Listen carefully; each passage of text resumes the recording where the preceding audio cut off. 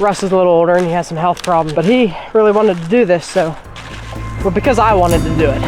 So you see how passion can spread from one person to the next, and energy and that kind of thing. And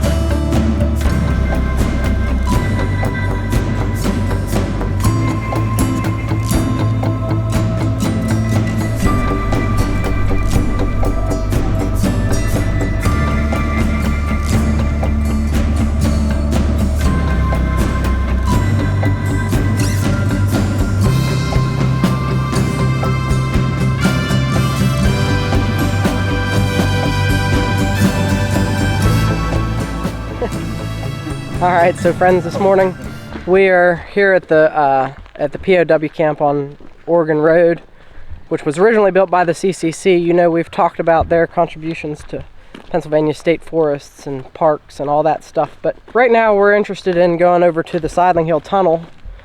So if you park right here by the camp headquarters, which is behind me, and there's a nice parking lot here, and the turnpike is literally right across this field over here, the abandoned line. So yeah, I thought it was farther, but it's not. It's pretty much right here, and this is where we ended our excursion yesterday. So we'll see you over at the tunnel.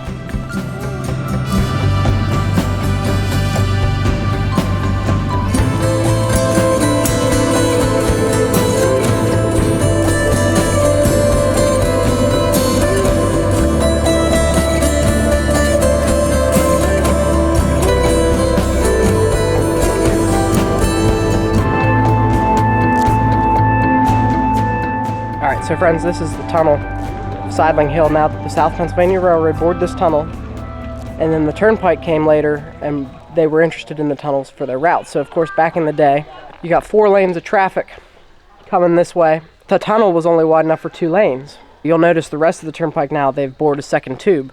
On the rest of the modern turnpike, one tunnel is a railroad tunnel, and the other is just the turnpike tunnel. Here, of course, you only have one. So like I said, and it was a bottleneck of traffic. You'd sit in traffic here. I remember my grandparents telling me you'd sit out here for forever waiting to get through this tunnel. So they bypassed it, because here it was cheaper to bypass than it was to bore. This is the longest tunnel on the route. It's over a mile long. So we're going to be walking through this. There's no light in here. Now I do apologize for the graffiti. There's nothing I can do if you're seeing graffiti that you don't like. It is what it is. I didn't paint this here. I don't approve of it being here, but it's here. It's a part of the situation. And this whole, if you do the whole bike to bike thing, it's all over the road. You're gonna see it. And but please don't be painting. I would really appreciate it if anybody who watches my videos, that you don't vandalize or litter anything anywhere that I show you. But there's trash and stuff everywhere. Please don't add to it, I guess is what I'm saying. And it says, there's a sign right there, and they do enforce it. If they catch you, you're in trouble, but obviously they're not doing a good job of catching people. So one last thing I want to mention before we go into the tunnel. From the end of the mountain, where you can see down there, the mountain comes down to meet land. The railroad, it took them 5 months to dig the cut to come from right here at the beginning of the tunnel where we're standing to the end of the mountain. That's how long it took. An incredible amount of work. And then this tunnel, I think they had like 1,000 feet or something left to go to dig the railroad that the turnpike would have then finished off. Friends, it is going to be extremely dark in this tunnel, so you want to bring a flashlight if you're coming here. And this kind of stuff, you know, it is open to the public, but I'm going to tell you, it's an enter at your own risk type of situation. But it seems like it's fairly well maintained. It's like it's not gonna collapse or nothing. But like I said, this is a mile long. So we're gonna get to the center, and I think there's a slight curve to it too. So you're not gonna be able to see light from either side. You need a good flashlight, and there's a good bit of water in here, so you're gonna want some waterproof shoes, or to be careful of where you're walking so that you don't step in it.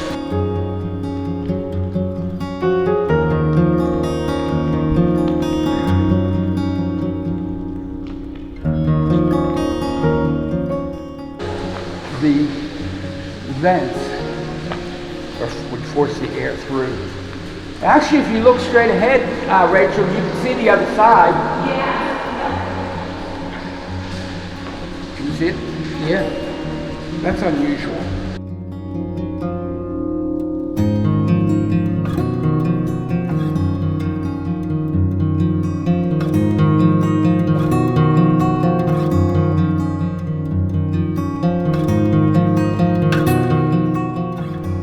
So friends, we're here on the east portal of Sidling Hill, and right now I'm standing to, I guess it'd be the south side of the tunnel. So you can see the turnpike tunnel there, but the railroad grade is probably about right where I'm standing. And we're speculating a little bit that the turnpike shifted the tunnel a smidge to the north. This area behind me that I just walked out of, this would have been like an office space and a maintenance room. And so part of the reason the turnpike is abandoning these tunnels is because they are hard to maintain and they take a lot to run the ventilation system, which takes maintenance, and to keep the lights and stuff going. And they had to be staffed. And so rather than bore another tunnel here to accommodate 4 lanes of traffic, it was easier, especially in this situation, for them to just bypass. By the time the 1960s rolled around, late 60s I believe, when they bypassed it, cars and trucks were able to handle a steeper grade than they were back in 1940 when the route was built. So when the turnpike was originally built, they wanted a 3% grade, no more than 3%. 3 feet for every 100. That's all you could go up. So the railroad tunnels was what allowed them to do that. Now, they were shooting for 3% grade. The railroad, the South Penn, would have been shooting for about 1.5% grade. So that's part of the reason why the turnpike was able to deviate from the railroad route, because the cars could handle it, and also they needed the space, right? Because 4 lanes of traffic is a lot wider than 2-track railroad. We're going to go over several things as far as the railroad is concerned here, and then we're going to try, see what we can do. But somewhere just up that way should be the Forbes Road switchbacks, the first ones. So we showed you, it could be in last week's episode. At this point, I don't know how everything's going to get broke up, but anyhow, when we were up on Mountain Road, which is up on top of the mountain, we were looking at the monuments for how they surveyed the tunnel, but the Forbes Road switchbacks was that way. And now the Braddock supply route is over that way. So everything came right through here. What did you think of the tunnel? It was long. It was a lot longer to get through walking than with the bike. Last time we biked this, I posted some pictures on Instagram. That was a while ago. And you should follow us there, because sometimes we post pictures of things that we don't make a video about. Yeah. But anyhow, last time we just biked through to this end, and we stopped, and we biked back the whole way through Rays Hill to Breezewood. One last thing I do want to say with the tunnels is, like I said, same thing with the cuts. They started from both sides and worked towards the center. And when they were doing it, so they worked from the top down with the digging, because they didn't have like ladders and stuff or scaffolding set up. They did work and then dug down, and they'd always have a mound in the center, and that's how they could reach the top to keep digging. And so the railroad tunnel is probably considerably higher than what the turnpike tunnel is, because then the turnpike came in and they dug down as well. They just used the railroad tunnel and dug it out deeper to accommodate the height for trucks and the ventilation system that you see up top. That all goes through the roof, that way for exhaust from vehicles. Now on the other side of the tunnel, we were able to see the railroad grade is much higher than the turnpike grade. And Russ was telling me that it's the same situation here, and so that's just further proof that the turnpike dug the tunnels down. Now the center of the tunnel is going to be higher than the outside, so that's why when you're inside and you're in the center, you can't see either side, because you're above it. And that is for drainage purposes, because as you could tell, the water is coming through the ceiling and various other places and any which way it can, and so it's got to go somewhere. This is some interesting stuff that you probably wouldn't be allowed to do now, but back in 1895, they probably weren't as conscientious of the environment and things as they are now. But I understand they probably do still move rivers. But probably right about where we're standing if not maybe a little farther down. If you look at the original railroad maps, Woodbridge Creek, which is right here, would have come across what is now the abandoned turnpike and then turned around and went back where the creek bed is currently. And then the railroad would have been coming through here, but they didn't want the creek to be too close to the tunnel, and I guess they probably didn't want to build two culverts or bridges or whatever, so they just made the creek go in a straight line instead of curving around. You know how creeks do. So all this mound that's over here behind me is all slag from the railroad digging the tunnel. But they put all this slag here on purpose, and that's to keep the creek over that way, to divert the water so that the railroad could go here and what is eventually became the turnpike. So it's very interesting history. And then so somewhere probably right over there you can almost see a depression. That was probably the creek. And then yeah, so Braddock's supply line would have followed Woodbridge Creek up and over. Forbes didn't follow that. Forbes did the switchbacks up over the mountain. I'm not sure why. I'm sure there's some historian or somebody who could clue us in on that if you're watching the video. So friends, hopefully you can see right back here this mound. Yeah, this is the railroad. View of it right here. So right where Russ is standing, if you look straight through the trees, hopefully the camera's picking up, and then you've got Woodbridge Creek right here. So you can see how the creek kind of goes in a straight line, you know, down that way, and it would have paralleled the railroad grade that they were building. Back here, where Rachel and Sarah are, that's the slag pile that they used to make sure that the creek would not go the way that it originally did and would go this way. And if you look at the railroad grade, tunnel's over there. The railroad grade is here, and it's not even pointing you towards the tunnel, which is quite interesting because, like we said, we are speculating that the turnpike moved the tunnel slightly to the north. Now, you'll notice a little shelf down here. That's natural. See it down here? This was built as the railroad over top of that. Friends, I'm not 100% certain when it comes to this, but we do know for sure that steam shovels were used to build this mound of dirt here. I do have a letter that says that they actually dug this out, they were done with it, and they wanted more work, and they were asking of where they could move them to. Where the next place to move the steam shovel was. Definitely had steam shovels here. So it probably was one of the first projects around, or like after the invention of the steam shovel. Apparently they were going to use it in various places along the railroad construction, but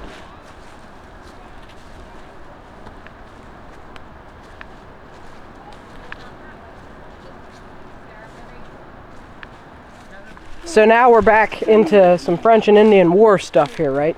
And I'll show you the map in the video, but you've got the Sidling Hill Tunnel here and the turnpike and the railroad grade all back there. But now, I think right now we're on Braddock's trail, which was the supply line for Braddock. But I think you can see the creek. This is Woodbridge Creek right behind me here. So Braddock's trail follows the creek up through this hollow, I guess you would call it, right? But I think there's this hill right here behind me, and the first switchback of Forbes goes around the nose. And you, like I said, you see it on the map. So I think right now we're on Braddock's trail and Forbes Road, because they were the one and the same essentially. But as soon as we turn and go up, that's going to be just Forbes. And this is 1755 to 58, roughly, French and Indian War time period. Essentially, if you look at where Rachel's standing and where Sarah's at, it looks like a ditch. And you know, that wasn't cut there for drainage purposes. That's Forbes Road. I'm walking straight up the hill because it's kind of impossible to bushwhack this. And we don't need to see the whole thing anyway. And you'll see, hopefully in the video, there's trucks going by on the turnpike up there. That's the current alignment. Mile marker 170.1, because we're being specific. Now, I'm trying to find because I want to show you the switchback. It's up here, I see it. And this is really cool. But I'm out of breath. Of course they were obviously, but they were carrying stuff. Cannons and guns and ammo and everything that they needed to fight this war up this mountain. Just think about it. So over here again, ditch. Looks like a ditch. But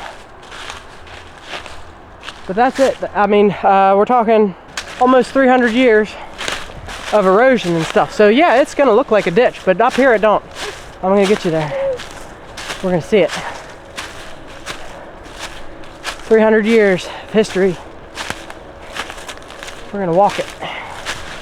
Now, here we are.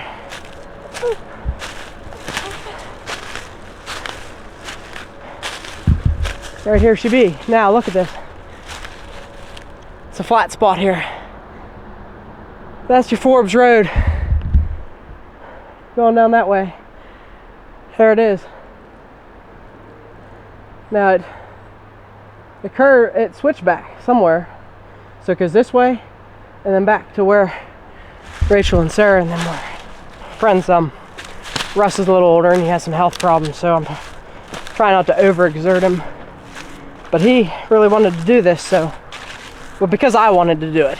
So you see how passion can spread from one person to the next, and energy and that kind of thing. And something I do want to tell you, look. So it comes right down here, and then there's another part of it. I need to get some footage without me talking and yapping of what it actually looks like, but right here it is. Friends, I want to tell you guys, social media gets a lot of like hate and dislike from some people about negativity and negative things and the negative aspects of it. You hear about it often, but be your own person, make your own message. You have the choice to look at what you want to look at on Facebook. And you have the choice to meet who you want to meet and do what you want to do and make it what you want to make it. Friends, use social media in a positive way, right? Different Facebook groups that I'm on about Pennsylvania camping mostly, but some historical stuff that I'm interested in. And would have never met Russ if it wasn't for the internet. And there's some other great people that I've talked a lot to. Spencer, you're probably watching. Appreciate what you've done in the way of documenting state forest and campsites and things of that nature. Walter, fellow YouTuber. People that I talk to a lot about all these places that it's cool to go and see and explore.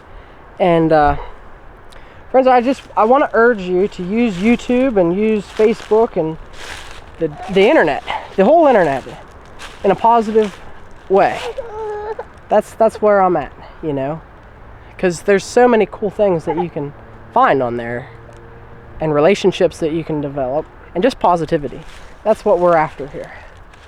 But all right, this is Forbes Road. You can see the deer use it. I mean, deer, they're just like everything else. They're going to go the easiest route.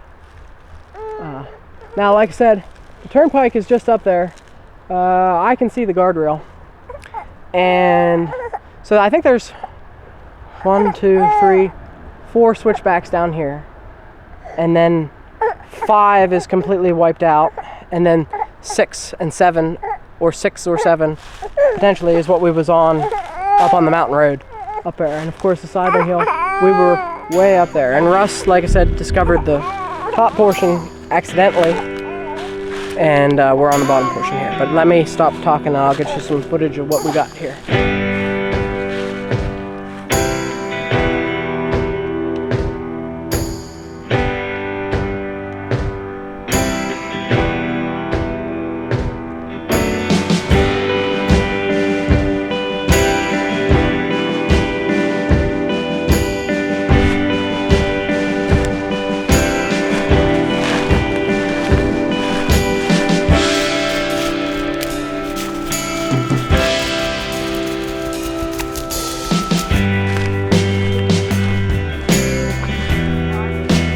this is it. Up here, there's a big green water tower. And Russ was just telling me that is for, in case there was ever a fire in the tunnel, they kept that full of water. That way they could put the fire out. They have one all the time. So there's every single tunnel. Now, is that railroad or that's Turnpike? Turnpike built that. But this, I just kind of did a walkthrough for you guys. This is the road here. And then it's gonna keep going. 1758, Forbes expedition. All right, so friends, when I talked about ventilation equipment before, I had no idea what ventilation equipment was, but here you can physically see it, which is really cool. And when I talk about, well, this stuff was expensive to run and maintain, and now you see how big it really is. What's going on here? I mean, these are ginormous fans, just huge. Yeah, from a maintenance perspective and a staffing perspective, you know, you can clearly see why tunnels are harder and more expensive to maintain than say just making a cut through a mountain. And this one here, like I said, mile long.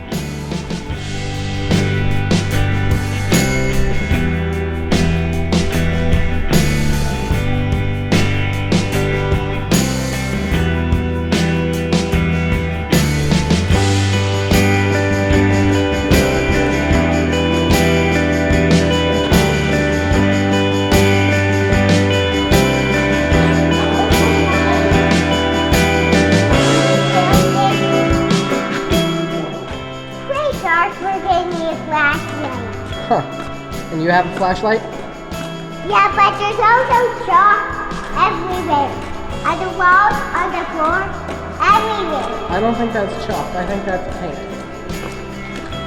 paint. All right, so we are headed out. What did you think of the site in Buchanan State Forest? I like it. It's bigger than I thought it was going to be. So there's a lot of room in here.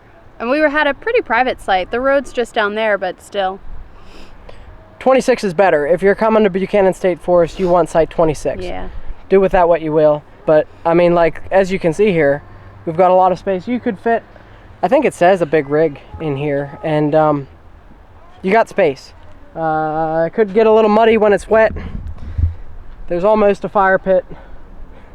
There's no picnic tables. Buchanan State Forest, there are no picnic tables, so make sure you bring something. That's all I've got.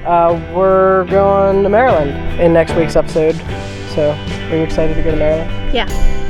Is it going to be better than this? I think so. Okay. Let's go to Maryland. We'll see you next week.